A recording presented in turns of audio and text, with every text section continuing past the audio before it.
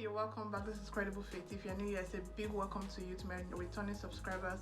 I love you. You guys have been amazing. Thank you so much for keeping it real.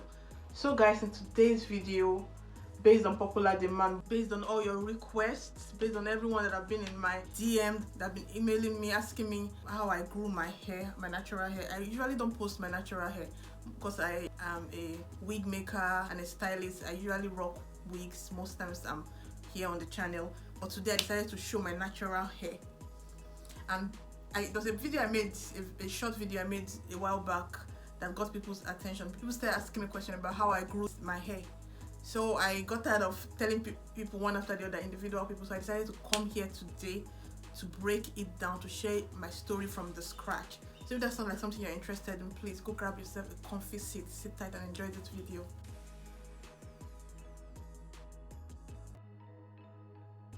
I had my big chop around 2020, February 2020, during the COVID period, but we're not deep into the COVID period then. It was early February I had the haircut. The main reason why I had my haircut, my hair was long and shy. I've always had this, not really the long type of hair, but I've always had this not averagely longer than the usual kind of hair that people tend to admire. I'm like, oh, your hair is long. I'm like, no, not long enough, but thank you.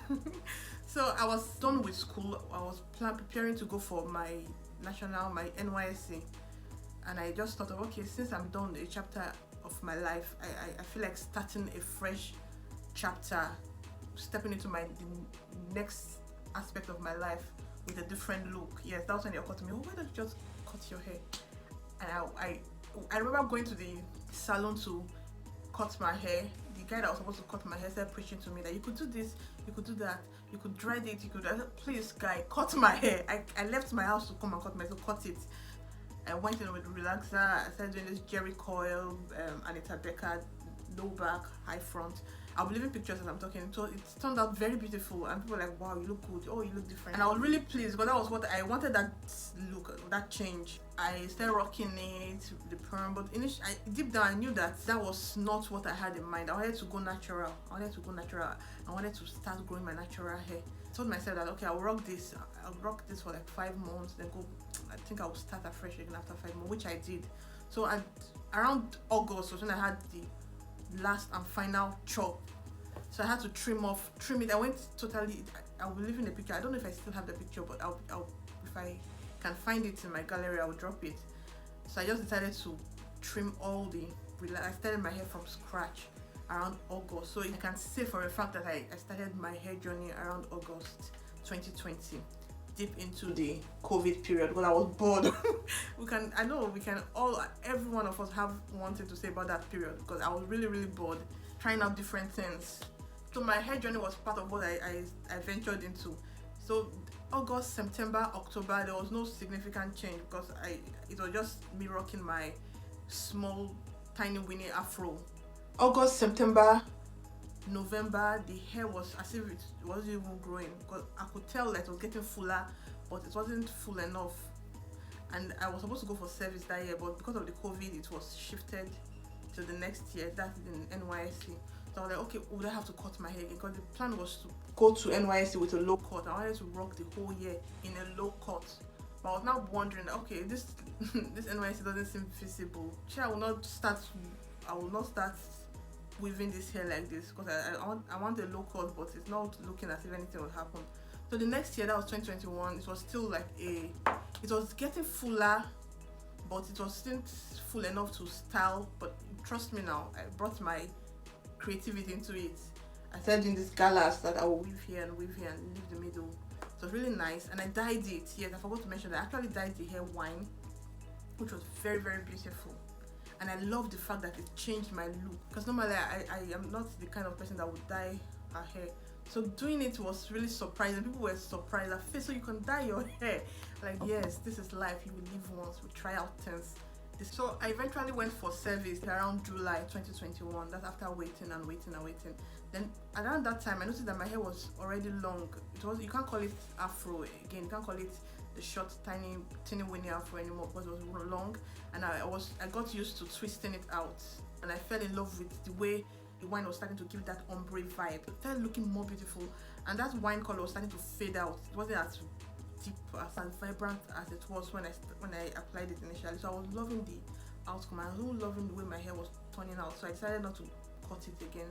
I told myself I would start maintaining this natural hair. One thing I noticed is that my hair did not break because I learned my lesson from the main reason why I cut my hair, aside the fact that I was going for service initially, was because the hair started breaking. I applied alcohol-based product on it, which really messed it up.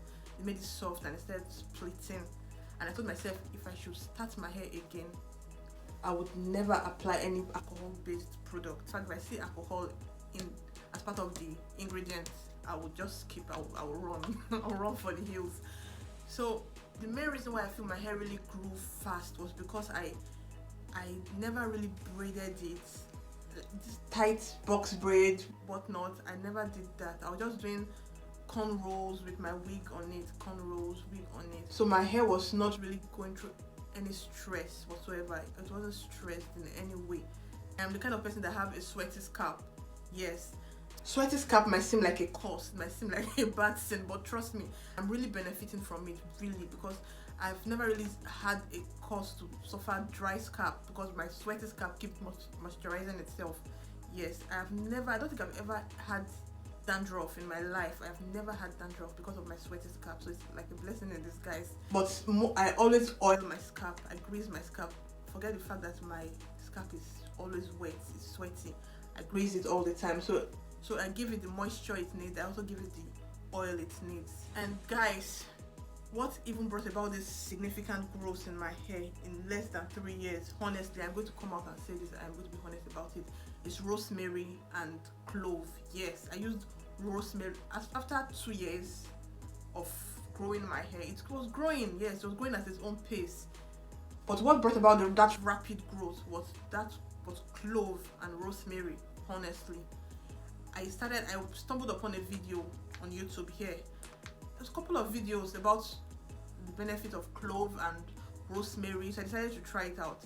Most of the videos I saw was when you soak rosemary and clove in oil, then for days, then apply that oil on your hair. But I don't really like applying too much oil on my scalp because I feel like most times they tend to drain to my face and start making my face oily, start having pimples here and there, which I've noticed. So if I want to apply oil on my hair, apply it twice a week or just once a week is enough. I really don't drench my hair with oil like that, but I don't know, I've noticed that it spread to my face and gives me pimples. I don't know, it might work for you, fine, but I've noticed that just do what works for you. I decided to try it out, but instead of using oil, I decided to use water. Yes, so I take the same quantity of clove and rosemary, soak it in a container for like 4-5 days. After soaking it in a container for 4-5 days, I pour in a spray bottle and spray on my hair. I don't spray on my actual hair. I make sure I spray on the scalp. Before spraying it, I'll weave cornrow, about 10. That is how I even style my hair, cornrow. Except when I want to go out and I want to style the hair like this, cornrows, then wig. Most times that's how it is. I've done crochet, braids, but it's usually a protective style, a style that is not too tight. I don't weave my braid tight. My braid usually lasts about 2 weeks. After 2 weeks, I take it out, so I lose it. I don't rock my braid for like a month or 3 weeks. 2 weeks is okay for me. Even crochet, 2 weeks is okay. I feel like those things are what even played roles here and there, played a part in my hair today. So back to my story about the clove. I soak it in water for about 4 days. Equal parts clove, equal parts rosemary in water. I just eyeball the whole thing. Then after soaking it, I pour in a spray bottle, then spray on my scalp. Make sure it gets to the scalp. I really don't bother about the hair itself. The scalp is what I feel like, growth happens from the scalp, so it needs to get to the scalp. One major benefit of clove is that it is anti-inflammatory. It has antioxidants. Yes, both clove and rosemary are rich in antioxidants, and your hair needs that. Rich in vitamin E and vitamin A, which is very important for hair growth, and it's also antimicrobial too. Those benefits are what even made me to even consider it, because people were really coming with their feedback. People had a lot of good things to say about the benefit of clove, how effective it was. So I was like, okay, let me give it a try. Guys, it really worked. The rate at which my hair grew in 3 months was The rate at which it would have grown without clove would have grown for like maybe 7 months. So clove and rosemary really made the growth fast, really made the growth rapid. Aside that, guys, if you use clove and rosemary, if you use it in excess, it can cut your hair. I have a friend that I recommended it to. She was so she was so eager to start it out that she did it so much. She went a little bit over the top. She was so excited about it that she said applying it religiously. She applied it about 5 times in a week, which was too much. I only applied mine twice. I still do. I apply mine twice in a week. I actually have a date, a reminder for that, Wednesdays and on Sundays. Those days are the days I spend at home. So when I apply it on my hair, I'll be able to sit back at home and allow it dry. This is how it will look after pouring it in a spray bottle. This is the color. It will be very deep. The color of the clove will overshadow the color of the rosemary. Rosemary is supposed to give light green coloration, but this brown, the color of the clove, will overshadow the color of the rosemary. But make sure it is equal part clove, equal part rosemary. I really don't know the quantity of water, but make sure it is enough to make it concentrated. Then apply it twice, at most 3 times a week. You don't need to apply it 5-6 times. Don't be like my friend. At the end of the day, it actually made her hair soft.